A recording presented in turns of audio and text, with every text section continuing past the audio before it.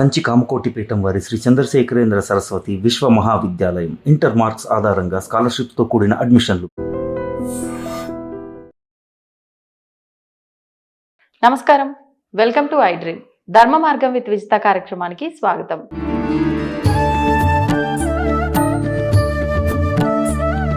ప్రస్తుతం మనతో పాటు ఉన్నారు ప్రముఖ జ్యోతిష్య వాస్తు పండితులు, లలిత అమ్మవారి ఉపాసకులు శ్రీ శ్రీ శ్రీ నానాజీ పట్నాయక్ గారు. ఇప్పుడు వారితో మాట్లాడదాం. నమస్కారం అండి. శ్రీమాత్రే నమః. లలితా సహస్రనామ పారాయణం మన గతంలో కూడా చేయడం జరిగింది. అయినా మళ్ళీ చాలా మందికి సందేహాలు ఉన్నాయి ఆ విషయం పైన. అసలు లలితా సహస్రనామ పారాయణం అనేది ఎందుకు చెయ్యాలి, ఎవరు చెయ్యాలి, చేయటం వల్ల కలిగే ఫలితం ఏంటి, మరి ఫలితం ఆశించి చేసేదానికన్నా ఫలితం ఆశించకుండా చేస్తే ఇంకా బాగుంటుంది అంటారు. ఈ లలితా సహస్రనామాలు కూడా అలాగే ఫలితం ఆశించకుండా చేయాలా, ఫలితం ఆశించి చేయాలా, వాటి గురించి వివరించండి. ఒకటి, ఏ దేవత ఆరాధన అయినా కానీ ఫలితం ఆశించకుండానే చేయమని చెప్తుంది శాస్త్రం. ఆఖరికి మన భగవద్గీతలో కూడా శ్రీకృష్ణ పరమాత్మ మీరు పత్రమైనను పుష్పమైనను ఫలమైనను ఉదకమైనను ఫలాపేక్ష రహితంగా ఎవరైతే నాకు సమర్పిస్తున్నారో వాటిని నేను ప్రీతిగా స్వీకరిస్తున్నాను అంటాడు. దాకిందుకంటే మనం మనుషులమే ఉన్నాం. ఎవడైనా ఫలితం ఆశించి టీ ఇస్తున్నాడన్నా, ఫలితం ఆశించి టిఫిన్ పెడుతున్నాడన్నా, ఫలితం ఆశించి వాళ్ళ పార్టీకి పిలుస్తున్నారన్నా మనం పోబుద్ధి కాదు. ఎంత స్వార్థం చూడు. అవసరం కోసమే మనల్ని పిలుస్తున్నాడు, అవసరం కోసమే ఇలా ప్రేమగా మాట్లాడుతున్నాడు, అవసరం కోసం ఇవన్నీ చేస్తున్నాడు మనకు తెలిసిపోతున్నప్పుడు ఎలాగో ఉంటుంది కదా. అలా కాకుండా ఓపెన్ మైండెడ్తో ప్యూర్ హార్ట్తో పిలిస్తే మనం చాలా ఫీల్ అవుతాం. ఎట్ ఏ సేమ్ టైం వాళ్ళు ఏదైనా అడిగినా సరే మనం చేయగలుగుతాం. అప్పుడు వాళ్ళకి ఏదైనా ఇబ్బందులో ఉంది మనం చేయగలుగుతాం. కానీ ఫలితం ఆశించే చేసేటప్పుడు అది ఎంతైనా మనం మాత్రం మనమే ఒప్పుకోనప్పుడు దేవతా శక్తికి మనం ఏ భావనతో చేస్తున్నాము అనేటువంటి దేవతకు తెలిసి ఉంటుంది. మీరు ఒక పూజ మొదలు పెట్టేటప్పుడు లలితా సహస్రనామాలు చేస్తున్నారనుకోండి, ఈ పక్కకి దేవత వస్తుందండి. మీరు ఏ దేవత ఆరాధన చేసినా మీ కుడివైపు వస్తుంది. అందుకే మనం అపవిత్ర పవిత్రోవా అని చేసిన తర్వాత ఉచ్చిష్టంతో భూత పిశాచ అన్నప్పుడు ఇట్లా వాసన చూసి ఎడం వైపు వేస్తాం. అందుకని ఈ కుడివైపు దేవత నిలబడి చూస్తూ ఉంటుంది మనం ఎలా చేస్తున్నాము అనే దాన్ని. అందులో ప్రత్యేకంగా ఇవి చూడ్డానికి నామాలైనప్పటికీ లలిత సహస్ర రహస్య నామాలు. ఎందుకు రహస్య నామాలు అంటే, మనం చూడండి, రహస్యనామం అంటే చెవిలో చెప్పమనో సీక్రెట్గా చేసుకోమనో కాదు. చూడ్డానికి నామమే అది, కానీ దాంట్లో నిగూఢంగా బీజాక్షరం సంబంధంగా ఉండేటువంటి శక్తి అధికంగా ఉంది అని అర్థం. ఎందుకండి నామానికి ఎందుకంత శక్తి ఉంటుంది బీజాక్షరం కంటే అంటే, ఒక్కొక్కరు రచించిన దాన్ని బట్టి ఒక్కొక్క శక్తి దానికి చేకూరుతుంది. ఎలా అంటే, ఇప్పుడు ఇంట్లో తండ్రి ఉన్నాడు, తండ్రి ఒక లీవ్ లెటర్ రాశాడు, మా అబ్బాయికి రేపు లీవ్ ఇవ్వండి, మేము పలానా ఊరు వెళ్తున్నాము. అది స్కూల్ వరకు పనిచేస్తుంది. ఓకే.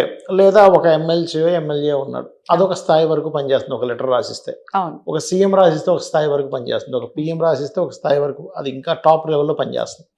అంటే వాళ్ళు ఏ హోదాలో ఉన్నారో దాన్ని బట్టి ఆ యొక్క ఉత్తరం, ఆ సంతకం ఎలా పనిచేస్తుందో మనకి మంత్రాల్లో కూడా ఏంటంటే, మానవులు రచించినటువంటివి కొన్ని, ఋషులు రచించినటువంటి కొన్ని, సిద్ధులు రచించినటువంటి, వీళ్ళందరికంటే టాప్ పొజిషన్లో దేవతలు రచించినటువంటివి దేవతా మంత్రములు అంటారు. అంటే దేవతలు రచించిన మంత్రాలు కొన్ని ఉంటాయి, దేవతలు ఇచ్చిన నామాలు కొన్ని ఉంటాయి. అలా దేవత స్వయంగా ఇచ్చినటువంటి నామాలు ఏమైనా ఉన్నాయి అంటే అది లలితా సహస్రనామాలు. ఇప్పుడు విష్ణు సహస్రనామాలు మనకి ఎలా వచ్చాయి? ఆ యొక్క మహాభారతంలో భీష్మ పితామహులు ఆ అంపశయ మీద పడుకొని ఉండగా విష్ణు సహస్రనామాలు వచ్చాయి.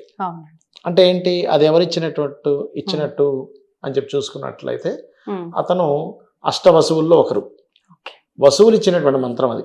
ఇది దేవత ఇచ్చినటువంటి మంత్రం, ఇంకా ఎక్కువ పవర్ ఉంటుంది. ఎలా చెప్పగలరండి అంటే, ఆ యొక్క లలితా సహస్రనామాల్లోనే చాలా స్పష్టంగా చెప్పబడుతుంది. అమ్మవారు ఆ సభలో, నిండు సభలో కూర్చున్నప్పుడు అమ్మవారు ఆజ్ఞాపిస్తుంది. వసిన్యాది వాగ్దేవతలు అంటారు, ఆవరణలో ఉంటారు వాళ్ళు కూడా. వాళ్ళే అమ్మవారిలోంచి తెల్లటి కిరణాలుగా బయటకు వచ్చి అమ్మవారి గురించి 1000 నామాల్లో చెప్పడం జరుగుతుంది. అనుష్టుప్ ఛందస్సులో చెప్పడం జరుగుతుంది అవి. ఓకే. అయితే ఈ నామాలు చూడ్డానికి కేవలం నామాలుగా ఉంటాయి, కానీ ఎవరైనా గనక రోజు 3 సార్లు గనక ఈ నామాన్ని త్రికాల సంధ్యావందనంలా గనక చేయగలిగితే వీళ్ళకి 1 సంవత్సరమో 2 సంవత్సరాలు 3 సంవత్సరాలు వాళ్ళ యొక్క యోగాన్ని బట్టి వాళ్ళకి అక్కడ నుంచి చాలా దివ్య అనుభూతులు జరుగుతాయి వాళ్ళకి. అంటే నేను కొంతమంది చేయగా నేను చూశాను. ఇప్పుడు ఈ గది ఉందనుకోండి, ఆ అవును. గది లోపల ఎవరో ఏదో చేస్తున్నారు. ఈ గోడ అడ్డం కూడా తొలగిపోయి అవతల వాళ్ళు ఏం చేస్తున్నారో కనిపిస్తుంది వాళ్ళకి. చేయగా చేయగా అంటే ఏమవుతుందంటే అమ్మవారి యొక్క నామం చేయడం ఒక ఎత్తు. అమ్మవారి గురించి పూర్తిగా తెలుసుకొని శరణాగతి పొందుతూ పూర్తి నమ్మకంతో నేను ఈ నామం చేస్తున్నాను అనేటువంటి భావనతో చేసినప్పుడు ఆ శక్తి అనంతంగా ఉంటుంది. ఓకే. అయితే ఈ నామాలు చాలామందికి అపోహలు. నేను మొన్న ఆ మధ్య ఒకసారి ఏమంటే నేను పలానా ఆలయానికి వెళ్ళాను, పంతులు గారు చేయొద్దన్నారు, అక్కడికి వెళ్తే మీరు చేయకూడదు అన్నారు అని. అసలు అలాంటి అపోహలు ఏమీ పెట్టుకోకండి. ఎవరైనా చేయొచ్చు.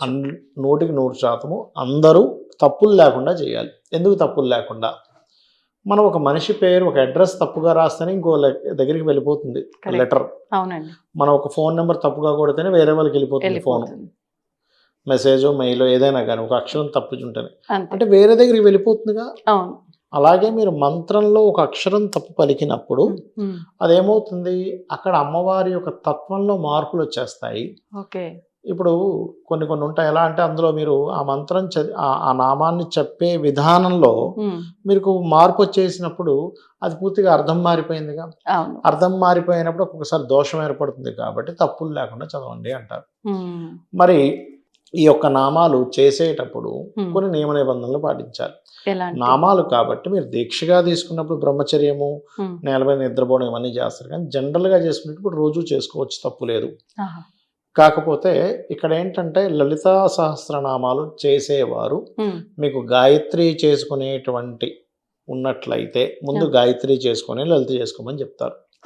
గాయత్రి ఉపనయనం అవేమీ లేదండి అన్నప్పుడు డైరెక్ట్గా మీరు గాయత్రి లలితే గాయత్రిగా భావించి చేసుకోవచ్చు.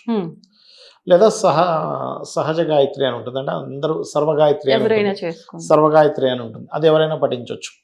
అలా చేసుకోవచ్చు.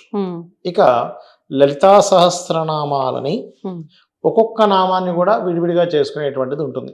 అంటే ఒక లైన్ ఉంది, ఓం శ్రీమాత శ్రీ మహారాజ్ని శ్రీమత్ సింహ, దీనికి ఒక ఫలితం ఉంటుంది. ఒక్కొక్క దానికి ఒక్కొక్క అద్భుతమైన ఫలితాలు ఉంటాయి లలిత సహస్రనామాలు. అంటే అలా ఒక్కటి తీసుకొని కూడా కొన్ని రోజుల పాటు చేసుకుంటూ చేయొచ్చు. ఎందుకంటే మీకు అనిపించవచ్చు అదేమిటి ఒక నామాన్ని చదివితే ఎందుకు ఫలితం రావాలి అని. ఇప్పుడు ఉదాహరణకి ఇదే లలిత సహస్రనామాల్లో ఉద్యోగం లేదనుకోండి, లేకపోతే ఉద్యోగం లేనప్పుడు నేనేం చెప్తాను, ఓం మాణిక్య మకుటాకార జానుద్వయ విరాజితాయ నమః చేసుకోండి అంటాను. అప్పుడు మాణిక్య మకుటాకార జానుద్వయ విరాజితాయ నమః అంటే అర్థం ఏమిటి అంటే అమ్మవారి యొక్క మోకాళ్ళు మాణిక్యములతో చేసిన మకుటముల్లా ఉన్నాయట, అంత అద్భుతంగా ఉన్నాయట అని అర్థం. నేను దీన్ని ఒకసారి ఒక ఛానల్లో చెప్పినప్పుడు మా ఇంటి దగ్గర ఒక శివాలయం ఉంటుంది.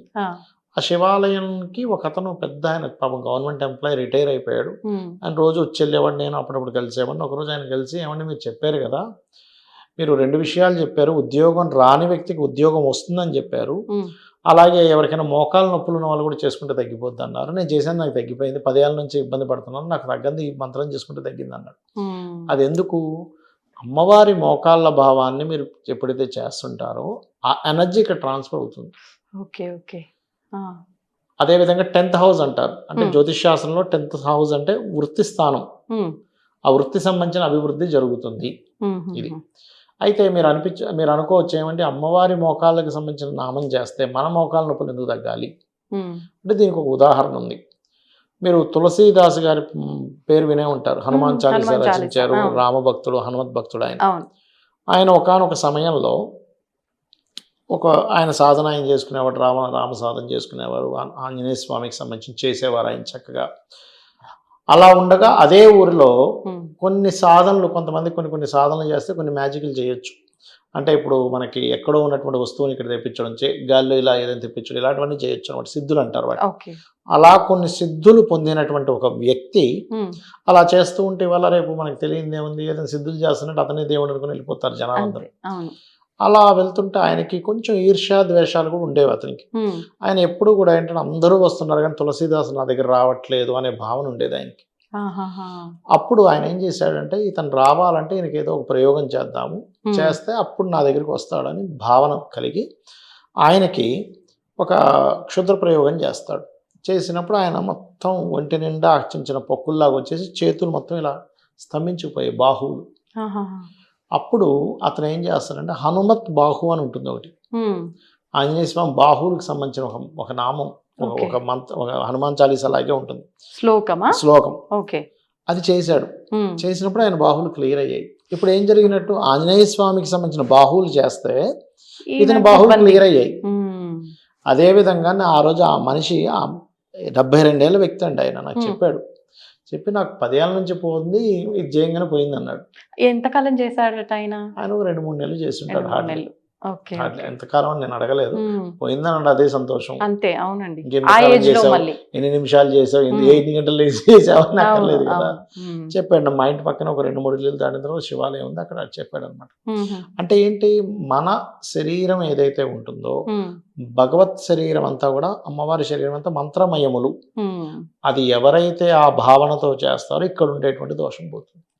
ఇంకోటి లలితా సహస్రనామాలకు ఉన్న గొప్ప విషయం ఏంటంటే, మనం ఇప్పుడు ఈ జన్మలో ఏదైతే మనం ఇబ్బంది పడుతున్నామో ఇవన్నీ పూర్వజన్మల్లో మనం చేసుకున్న ఒక ఇబ్బంది పడుతున్నా, ఒక మంచిది అనుభవిస్తున్నా పాప పుణ్య కర్మలే. ఈ పాప కర్మ అనేటువంటి దగ్ధం కాకపోతే మనం చేసే ప్రయత్నం ఫలించదు. ఆ రకంగా ఆ లలిత అమ్మవారి యొక్క నామాల్లో ఒక్క నామం మీరు చేసినా, మీరు ఎన్ని వందల జన్మల నుంచి వేల జన్మల నుంచి ఉన్న పాపాలన్నింటినీ కూడా దగ్ధం చేసి మళ్ళీ వచ్చి నిలబడుతున్నాడు. ఓకే. ఒక నిప్పు కనుక ఎలా అయితే దూది కొండని కాల్చేస్తుందో, అలా ఒక్క నామం దూది కొండంతుండేటువంటి మీ యొక్క పాపాన్ని దగ్ధం చేస్తుందని చెప్తారు శాస్త్రంలో. కాబట్టి ఇది ఏంటంటే భక్తి శ్రద్ధలతో నమ్మకంతో కనుక ఎవరైతే చేస్తారో మొత్తము చేయొచ్చు. లేదు మొత్తం రాదండి, నాకు ఏదో ఒక నామం పట్టుకొని చేస్తాను ఎంత టైం పడుతుందండి? సరిగ్గా 25 నిమిషాలు 30 నిమిషాలు పడుతుందండి. ఎందుకంటే కొంతమంది ఫాస్ట్ గా చదివే వాళ్ళు 20 నిమిషాల్లో కూడా చదివే వాళ్ళు ఉంటారు. ఫాస్ట్ గా చదివేసే వాళ్ళు ఉంటారు. కాకపోతే ఇక్కడ ఏంటంటే భావన ముఖ్యం. భవానీ భావనాగమ్య భవారణ్య కుటారిక అని ఉంటుంది అందులో. అదేవిధంగా భక్తి గమ్య భక్తి వస్య అని కూడా ఉంటుంది. అంటే భక్తికే ఆవిడ వశ్యం అవుతుంది. మీరు టగటగ చదువుకుని వెళ్ళిపోతే మీకు భక్తి కనెక్ట్ అవ్వదు. అలా కాకుండా ఒక భావనతో ఆలోచన, అబ్బా అమ్మవారు ఇది కదా, శ్రీమాత అంటే అమ్మవారే కదా మొత్తం అనే భావనతో చేయడం వేరుగా అలా అన్నమాట. ఓకే. ఏదో అంటే పద్యం చదివేసినట్టుగా ఇక్కడ మీరు ఏం నైవేద్యం పెడుతున్నారు ఇవన్నీ కాదు, భక్తే ప్రధానం. అమ్మవారు ఉంది, అంతా శరణాగత అవ్వగలగాలి. మనం ఏదైనా ఒక దేవతామూర్తిని పట్టుకొని ఒక సాధన చేస్తున్నప్పుడు అనేకమైనటువంటి ఒడిదుడుకులు వస్తాయండి వాళ్ళ జీవితంలో. అప్పుడు కూడా మీరు వదలకుండా ఉండగలరా? ఒక స్టేజ్కి వెళ్తుంది, ఏమిటిది చేస్తుంటే ఇదేంటి ఇలా అవుతుంది అనేటువంటి సందర్భాలు చూసిన వాళ్ళని నేను చూసా. నేను చూశాను. ఇబ్బందులు ఎక్కువగా అనిపిస్తుంటాయి. అంటే లలిత చేస్తే ఇబ్బందులు వస్తాయని చెప్పట్లే. ఏ సాధనలో అయినా ఒక తారాస్థాయికి వెళ్ళినప్పుడు నిజంగానే అంత పట్టుకొని ఉండగలరా లేదా అని దేవత పరీక్షిస్తున్నారు. పరీక్ష అందరికీ జరగదు, పోటీలో ఒకరికి జరుగుతుంది, అందరికీ పరీక్ష జరుగుతుంది అనుకోకూడదు. లేదా ఒక్కొక్కసారి ఏమవుతుందంటే వీళ్ళు ఇది చేసుకుంటే క్లియర్ అయిపోతుంది సమస్య, అప్పుడు కర్మ అడ్డుపడుతూ ఉంటుంది ఏదో కారణం చేత. అప్పుడు ఆ కర్మ అడ్డుపడుతున్నా, లేదు నేను అమ్మవారి శరణాగతి పొందాలి, అమ్మవారి తప్పితే మరొకటి లేదు అనే భావనతో ఎవరైతే గట్టిగా పట్టుకొని ఉంటారో ఇంకా అది తొలగిపోతుంది. మళ్ళీ అది కొద్ది రోజులే, మళ్ళీ పెద్ద ఇబ్బంది ఏమి ఉండదు. కాకపోతే తప్పులు లేకుండా వేరే సైడ్ కాన్సన్ట్రేషన్ పోకుండా ఇది మాలా మంత్రము అంటారు. అంటే ఇప్పుడు ఒకే అక్షరంతో ఉండే మంత్రాలు, 2 అక్షరాలతో ఉండే మంత్రాలు, 6 అక్షరాలు దాటిన మంత్రాలు ఇలా ఉంటాయి. వీటిని మాలా మంత్రం అంటారు. అంటే 1000 నామాలు కదా, ఇన్ని అక్షరాలు కదా, అందుకని దీన్ని మాలా మంత్రం అంటారు.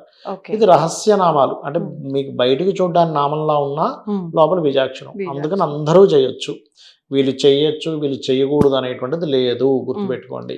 ఇప్పుడు ఒక రోజు ఒక సమయంలో చేసాము అంటే మరుసటి రోజు కూడా అదే సమయంలో చేయాలి. ఒకటండి, ఎప్పుడైనా సరే ఎవరైనా సరే ఏదైనా ఒక నామాన్ని ఒకే సమయంలో చేయడం మంచిది. ఒక జపం చేసినా ఏం చేసినా దేవత ఆ సమయానికి అలవాటు పడింది, మీరు ఏదైనా పెట్టారు స్వీకరించింది. ఎందుకంటే మీరు ఒక నామం లలిత సహస్రనామాలు చేశారు, అమ్మవారికి నైవేద్యం పెట్టారు, హారతి ఇచ్చారు, అన్ని చేశారు, అది అమ్మవారు స్వీకరిస్తుంది.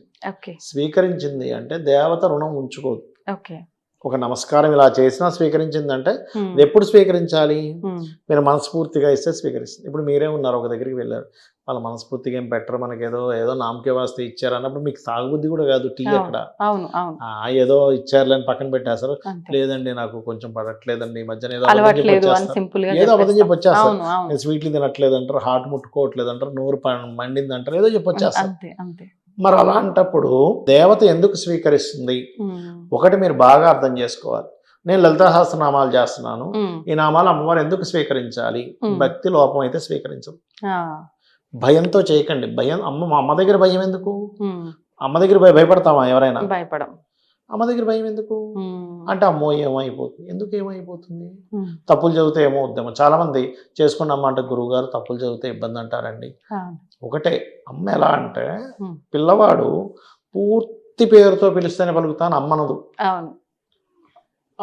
వాడికి వచ్చిన భాషలో అమ్మని అమ్మ కావాలని వాడు కోరుకుంటున్నాడు అని తెలిస్తే అమ్మ వెళ్ళిపోతుంది. వెళ్ళిపోతుంది. అలాగే ఒక భక్తుడు అమ్మ కావాలి అని ఫీల్ అయినప్పుడు ఖచ్చితంగా కనెక్ట్ అయిపోతుంది. ఎందుకు తల్లి భావనతోనే చేయాలంటారు ఉమ్. దేవతని అంటే, నిస్వార్థంగా వీడు నల్లగా ఉన్నాడా, తెల్లగా ఉన్నాడా, పొడవుగా ఉన్నాడా, పొట్టిగా ఉన్నాడా, మతి అంటే అంత పెద్ద గొప్ప ఆలోచన కలవాడు కాడా అవునా కూడా ఏమీ చూడకుండా కేవలం తల్లి తన బిడ్డ అనే భావనతో అన్ని ఇస్తుంది. అన్ని చేస్తుంది. అందుకని దేవతను ఎప్పుడు కూడా తల్లిగా చూడమని చెప్తారు శాస్త్రంలో. ఉమ్. తల్లి తండ్రికి ఉండేటువంటి లక్షణాలు అవి. లక్షణాలు. వీళ్ళు ఎలాంటి వాళ్ళని చూడరు, వీడు నా కొడుకు అని చెప్పి ఎలా చూస్తారో ఆ. మనం కంప్లీట్గా అమ్మ, ఇంకేమీ ఉండకూడదు, అమ్మ అమ్మ అమ్మ అమ్మ. మీరు చేసే ప్రతి పని కూడా అమ్మకి చెప్తున్నట్టుగా చేయండి. సరెండర్ అయిపోవాలి. సరెండర్ అయిపోండి, ఖచ్చితంగా మంచి ఫలితాలు వస్తాయి. ధన్యవాదాలండి. శ్రీమాత్రే నమః. దీన్ని తవ్వండి, తవ్వుతూనే శివలింగం. పరమాత్మకు జీవా సరే దాన్ని అట్లా కప్పేసేయండి, చూపించదండి. Krishna is there. మూర్తి పూజ కాదు, సాక్షాత్ బ్రజేంద్ర నందన భగవాన్ ఉన్నారు మూర్తిలో. ఏమీ ఆశించకుండా ఆరాధించే వాళ్ళు కూడా ఉన్నారా ప్రభుజీ? నిజమైన భక్తి అంటే మనకు తెలియదు కాబట్టి